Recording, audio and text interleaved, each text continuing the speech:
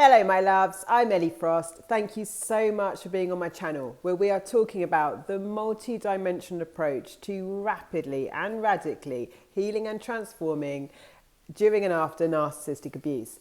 And this video is about radically changing your life experience after narcissistic abuse. There's a lot of tools on here about breaking trauma bonds, understanding narcissism, coming out of the spell. I want to talk to you about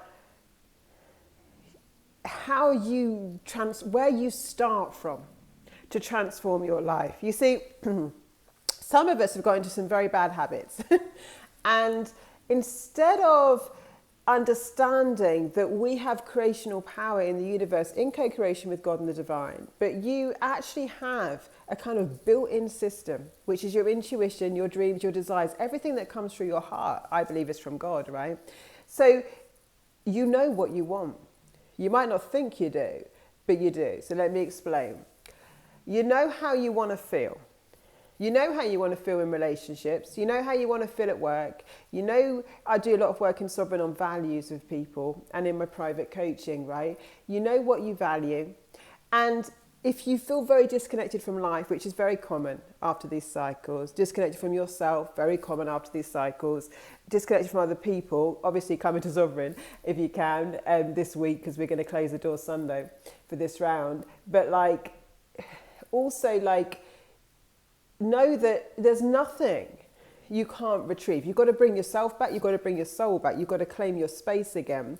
But I want to just let you know that most people, not just in narcissistic abuse, but most people, I'd say in the majority, are trying to get other people or circumstances to sort of be what they want, rather than getting clear on what they want and then finding the angelic match to that.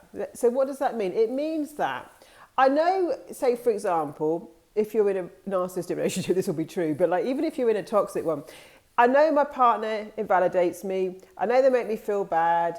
I've tried to talk to them. They obviously aren't doing anything to change it, right?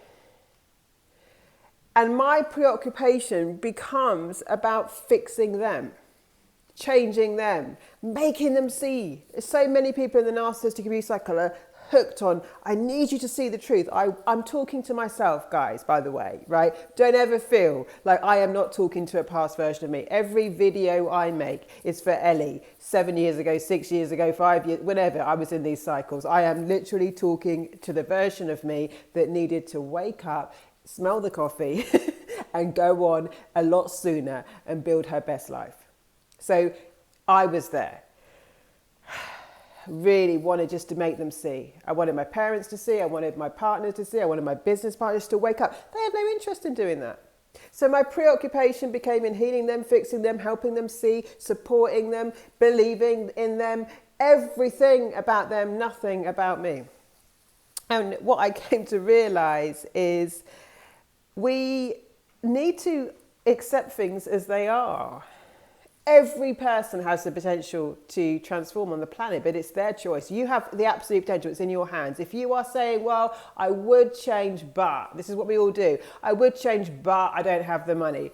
You're putting your money in other places. I know it's difficult. I know you might have to borrow it. I know. I'm not saying you have to. I'm just telling you, you've got a but. But if someone else pays for it, but I don't want to give up this. I had to give up a lot to change and transform my life. I had to sacrifice. I still do sometimes because I decided to change my priorities. Where your priorities are, the universe responds to. So anyway, when we are putting our happiness in someone else's hands, could even in a circumstance like a job or a community or where we live, losing everything a couple of times taught me the art of non-attachment spiritually in a whole different way. Not that we aren't supposed to have, we're not supposed to not have anything. There's nothing spiritual about being broke, in fact. In fact, people who don't understand true spirituality will teach this consciousness that's all about lack and poverty, which is against every scripture, against divinity and against our true nature. You were born to be abundant. You were born to have a beautiful physical experience and it's available to you. That is from the divine. Nothing that is lack focused, fear focused, impoverished focused is actually meant for you in this world. you're meant to transcend your consciousness so that you can attract things differently. So when we are saying, what we're really doing a lot of the time is denying our reality, denying our emotional body. Yeah? I know I don't feel great in this relationship. I know this job isn't for me. I'm going to focus on all the reasons why, and then I'm going to change. See, personal development is not I change myself to fit into something that doesn't agree with me. Personal development is about I honor who I am. I honor my feelings. I honor how I feel. And now I play towards my potential, what is actually for me. I stop trying to fix circumstances and people that are not right for me to make them right. I start claiming my truth. Your truth is your integrity of what is in alignment with you and what isn't. I don't like bacon. I don't know why. So this is an example of what we do, right? This is true for me. I've never liked bacon. Lots of people love it. I don't. Now, how most people are approaching life and themselves and their relationships is like, why don't I like bacon? Let me go to therapy and figure out what it is about me, Ellie, that doesn't like bacon. Other people like bacon. I should like bacon. But I don't like bacon. My body doesn't like it. Let me go to therapy and see if I can fix it. Let me look at all the reasons why. Maybe when I was a kid, bacon wasn't attractive to me.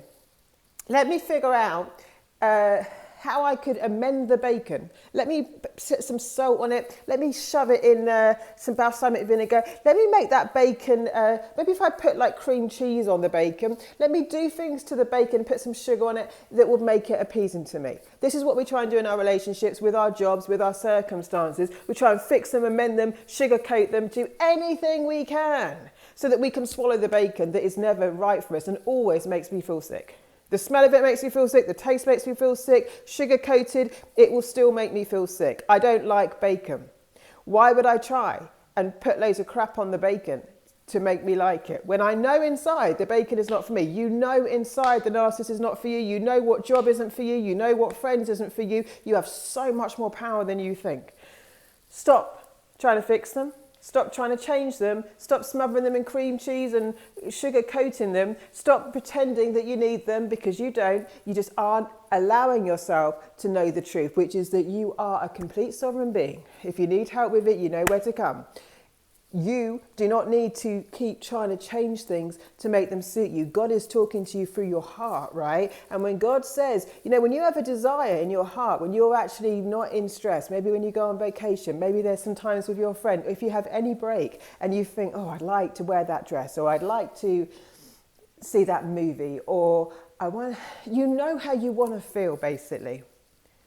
Stop trying to fix how you feel when it's coming from your guidance, right? There is trauma responses and things I talk to you about, but underlying it, the emotion is always a messenger. And if you don't listen to your messengers, your emotions, your inner guidance, you'll get sick physically. Emotional, mental stress always leads to physical stress. You will get disconnected from your soul, from your life. You'll get depressed, compressed, depressed, because you're not expanded. You can't be both. You can't be in contraction and expansion. Depressed means you're depressing. You're like literally squashing your soul. You're squashing your dreams. You're squashing who you are. You don't fit in that box, right? So instead of looking at the circumstances and the people and trying to make them fit what you need them to be, start with, how do I want to feel? You will know how you want to feel. I know when I'm running around the park with my dogs, I'm having fun. I know when I work with certain people, I'm so happy and proud to work with them. I'm proud of both of us. You know, the conversations we have, the expansion, the goals, the vision, the choice, you know. I know when I do certain things, they really feel good to me. I know how I want to feel at work. I know how I want to feel at play. I know how I want to feel in my life. I know how I want to feel in my home. I know how I want to feel. And when I don't feel like that, that's not because there's something wrong with me. Sometimes it's triggers. A trigger is very urgent and different, but an underlying feeling, an underlying emotion is a messenger. And that is something that most people are not brave enough to honor. So they're going to look around them and go, well, I'm just going to stay in this job because I've got to play for this and I want my pension and I want this and I want that. I'm just going to stay with the narcissist because I want to and every single time you've got a yes but, you give your life away. Yes but if you make it easy. Yes but if someone else pays for me. Yes but, yes but, yes but. God, the universe is saying only you will make the choice for you. And every yes but you've got, someone else has got one. Every yes but, because you're older, because you're sicker, because you're poorer, because you're... someone else has got that too. And someone else has decided to move no matter what, because they chose their life. When you choose your life, the universe meets you there. When I chose my priorities differently, the universe said, okay, she prioritizes growth. We've got her. So when I stopped prioritizing survival, my money didn't change.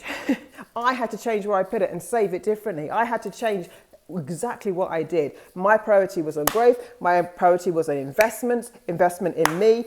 My priority was in my future, no longer just getting through the day. Universe met me there, showed me opportunities, potentiality. I started playing in a different game, in a different field, in the field of possibility, in the field of potentiality, not in the field of just getting through today. When you play there, the universe will meet you there. Yeah? It's on you. Every yes but you've got is so valid, and it's still a yes but. It's still a yes but. I told another video, I fed my mind. When my life looked so impossible and so much harder than other people's, I literally fed my mind. I found stories. I watched them over and over and over again. Movies, things I could read on the internet, people who did impossible things and overcame it. Convince my brain they can do impossible things, I can do impossible things. There is nothing you can't do to change your life right now. You wouldn't even be listening, because you wouldn't be an energetic match to me if there wasn't a part of you that knew that. If you can join Sovereign this week, please do. Lots of love, guys. I'll speak to you soon.